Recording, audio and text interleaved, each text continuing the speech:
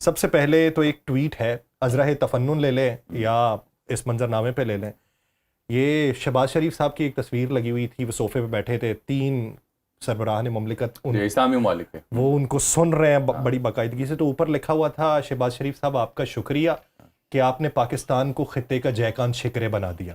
اتفاق کرتے ہیں؟ نہیں بالکل جی، شہباز صاحب کریڈٹ جاتا ہے، لیکن اصل کریڈٹ جو جاتا ہے نا وہ فیلڈ مارشل کو جاتا ہے. اچھا. اور اس کی وجہ یہ ہے کہ اگر انہوں نے انڈیا کو نہ ٹھوکا ہوتا، ابتدائی طور پر 10-12 مقامات پہ جواب دینا تھا، لیکن پھر اس نے شیر نے کہا کہ نہیں، 26 کے 26 جو مقامات ٹارگٹ کیے انہیں ٹھوکو وہاں پہ. اور نریندر مودی کے گھر تک ڈرون گئے، راج ناتھ سنگھ کے سوئمنگ پول تک ڈرون گئے، ٹھوکا پھر، اور پھر جواب ملا. وہ جو 6-0 اور جو ٹرمپ نے 7-0 کر دی ہے، میری اطلاع کہ 8-0 بھی کرے گا ٹرمپ ابھی. وہ کیوں؟ میں بتاؤں گا نا، ابھی آگے جو بتاتا ہوں. وہ جو کاروائی تھی نا، اس نے سارا کینوس بدل دیا، ساری کہانی بدل دی. ہماری ڈپلومیٹک آئسولیشن کی، ہماری انٹرنیشنل سٹینڈنگ کی، ریجنل سٹینڈنگ کی، پوری کہانی بدل دی. یہ اس کا پھل ہے کہ اس کے بعد پھر فیلڈ مارشل کی ملاقات ہوتی ہے ٹرمپ صاحب کے ساتھ. اس کے بعد پھر شہباز شریف صاحب منظر عام پر بھی آتے ہیں، مارکو روبیو نے فون کرتا ہے بیک وقت، اور اب ملاقاتیں کرتے پھر رہے ہیں وہ ڈونلڈ ٹرمپ سے.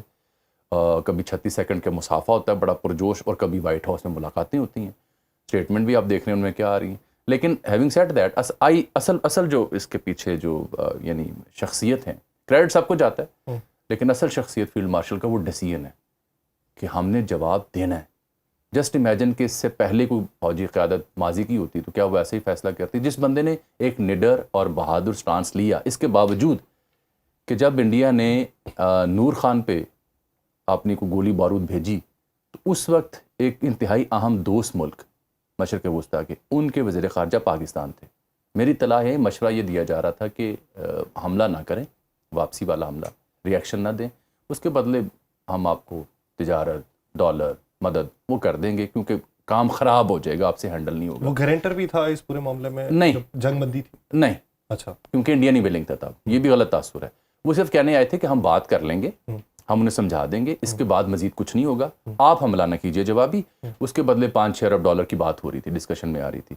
ابھی ہمارے وہ دوست ملک کے انتہائی اہم شخصیت پنڈس تھے، ان کی پرواز اڑی، اور ساتھ ہی چکلالہ پہ آپ نے اپنی حرکت کر دی.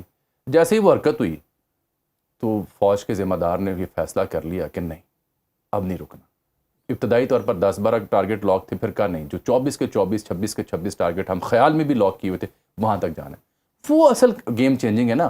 میں دیکھنے والے ضرور سوال کریں گے کہ یار وہ سیاست پہ اب بات نہیں کر رہے. بس سیاست بعد میں بات کرتے ہیں. ابھی میرے ملک کا مسئلہ زیر بحث ہے، میرے ملک کو عزت مل رہی ہے. بحیثیت پاکستانی، بحیثیت ایک طالب علم، بحیثیت ایک شہری، میرے لیے بڑے فخر کا مقام ہے. مجھے اس سے غرض ہی نہیں ہے کہ پاکستان میں حکومت کس کی ہے. مجھے غرض یہ ہے کہ پاکستان وہ ملک ہے جس کے بارے میں جے شنکر 8-10 ماہ پہلے ایک ٹی وی کے مباحثے میں بیٹھ کے پتہ ہے کہہ رہا تھا، اس سے سوال پوچھا گیا پاکستان کے حوالے سے. ایک کانفرنس ہونے والی تھی وہاں پہ انڈیا میں، تو انہوں نے ڈیلیگیشن کو مقبوضہ وادی بھی لے کے جانا تھا. تو وہاں پاکستان کے بارے میں سوال ہوتا ہے. اس سوال کا جواب اس نے ہنستے ہوئے دیا 10-12 سیکنڈ کا کہ کس ملک کی بات کر رہے ہو؟ انڈیا کے پاس اتنا وقت نہیں ہے کہ پاکستان کے بارے میں بات کرے. ارریلیونٹ ہے پاکستان، ڈپلومیٹک آئسولیشن کا شکار ملک ہے. ہمارا کنسرن پاکستان نہیں رہا. ہم ابھی بڑی گیم میں ہیں، چائنا ایمرجنگ پاور ہیں، کوڈ کا حصہ ہیں، فلاں ہیں، برکس میں ہیں، یہ ہو رہا ہے. اور ہم تو اقوام متحدہ کی مستقل جو نشست ہے اس کے اصول کے لیے کام کر رہے ہیں. ہم تو اس خطے کے بہت بڑے لمبڑدار ہیں. اس طرح اس نے 12 سیکنڈ کا جواب دیا ہنستے ہوئے. وہی جے شنکر، یاسر رشید صاحب، اور اسی کا لیڈر نریندر مودی.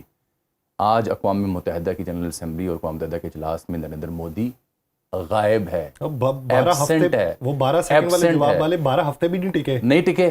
یہ میرے مولا کا کرم ہے، اس ملک پہ کرم ہے کہ ہمارے اپنی جو کرتوتیں ہیں نا، وہ تو اللہ معاف فرمائے اس قابل نہیں ہے، لیکن اس ملک پہ مولا کا بڑا خاص فضل، بڑا کرم ہے، بزرگوں کی نظر کرم ہے کہ ایسا لگتا ہے جیسے ملک ڈوبنے لگا ہے، لیکن پھر کوئی اللہ کا فضل ہوتا ہے. اللہ تعالیٰ اس ملک کے حکمرانوں کو پیغام دیتا ہے، عوام کو کہ یار کھڑے ہو جاؤ، کو عقل کا مظاہرہ کرو. تو بہرحال اس پہ وہ مجھے وہ یاد آئے سرکار ابو انیس، وہ دن دور نہیں کہ پاکستان کی ہاں اور نہ میں اقوام عام کے فیصلے ہوا کریں.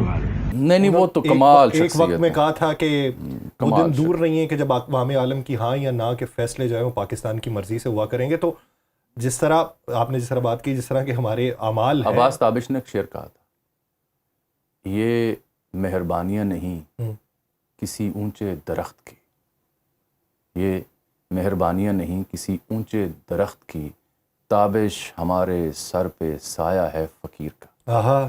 تو یہ ہمارے تو اپنا دین کا، ایمان کا حصہ ہے کہ اگر مسلمان ہیں، اللہ، اللہ کے رسول اور اس کے ماننے والوں کو مانتے ہیں، تو پھر ظاہری بات ہے ہم ان سے یہ استدعا تو کر سکتے ہیں کہ یا رسول اللہ انظر حالنا، ہمارے اوپر نظر کرم کیجیے. کرتے ہیں.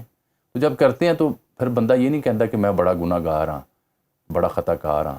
اس کے حساب سے نہیں مانگا جاتا، مانگا اس کی رحمت کے حساب سے مانگا جاتا ہے. تو یہ بڑا کرم ہے اس ملک پہ کہ اللہ نے اس ملک کو دوبارہ ایک مقام دے رہا ہے. اللہ اب ہماری کرتوتیں ہیں جو آڑے آتی ہیں، ہماری سیاست ہے جو آڑے آتی ہے، ہماری حکمرانی کے طرز ہیں جو آڑے آتے ہیں. ادروائز بڑا فضل ہو رہا ہے.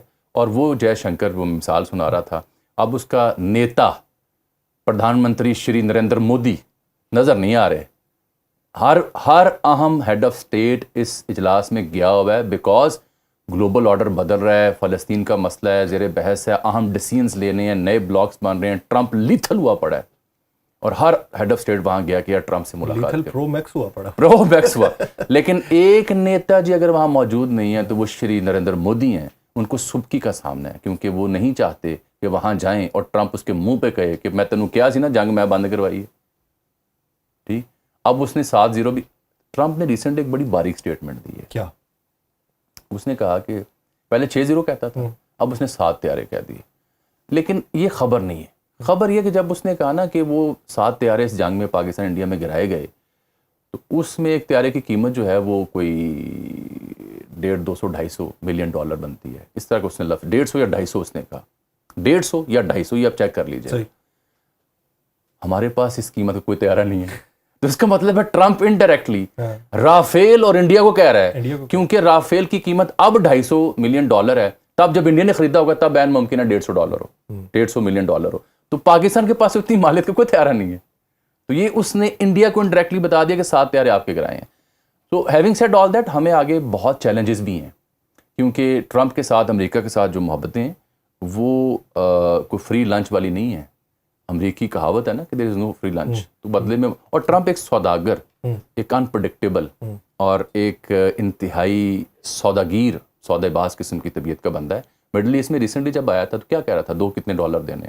اس نے اپنے منتخب کیوں ہوا ہے وہ، اس نے عوام کو بتایا کہ جی ہماری انڈسٹری رسٹ اسٹیٹ بن چکی ہے، جہاں ریاستوں میں جہاں پہ انڈسٹری تھی وہ رسٹ لگ چکی ہے. ہم نے امریکہ کو طاقتور گریٹ اگین بنانا ہے. انڈیا کو وہ بار بار دھمکی دے رہا ہے روس سے تیل خریدنا بند کرو، ہم سے خریدو. وہ کہہ رہا ہے ہر ملک یہاں آ کے انویسٹمنٹ کرے. اس لیے ہماری یہ لاٹری ہے کہ ایز لانگ ایز وہ انڈیا کو فکس کر رہا ہے، ہم اپنے تعلقات اس طرح اس پیمانے پہ لے جائیں کہ انڈیا دوبارہ ڈیمیج نہ